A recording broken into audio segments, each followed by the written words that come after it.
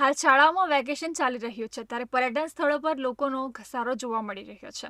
તેવામાં ભરૂચ જિલ્લાના જંબુસર નગરના કસ્બા ફળિયામાં રહેતો પરિવાર વડોદરાના કમાટી બાગ ખાતે ફરવા હરવા માટે આવ્યો હતો, જ્યાં પરિવારની 4 વર્ષીય બાળકી ખદીજા પરવેઝ પઠાણ કમાટી બાગમાં ગેટ નંબર 2 પાસેથી પસાર થઈ રહેલ જોય ટ્રેનના એન્જિનની અડફેટમાં આવી ગઈ હતી, જેના પગલે ખદીજા પઠાણને ગંભીર ઈજાઓ પહોંચતા તે બેભાન થઈ ગઈ હતી.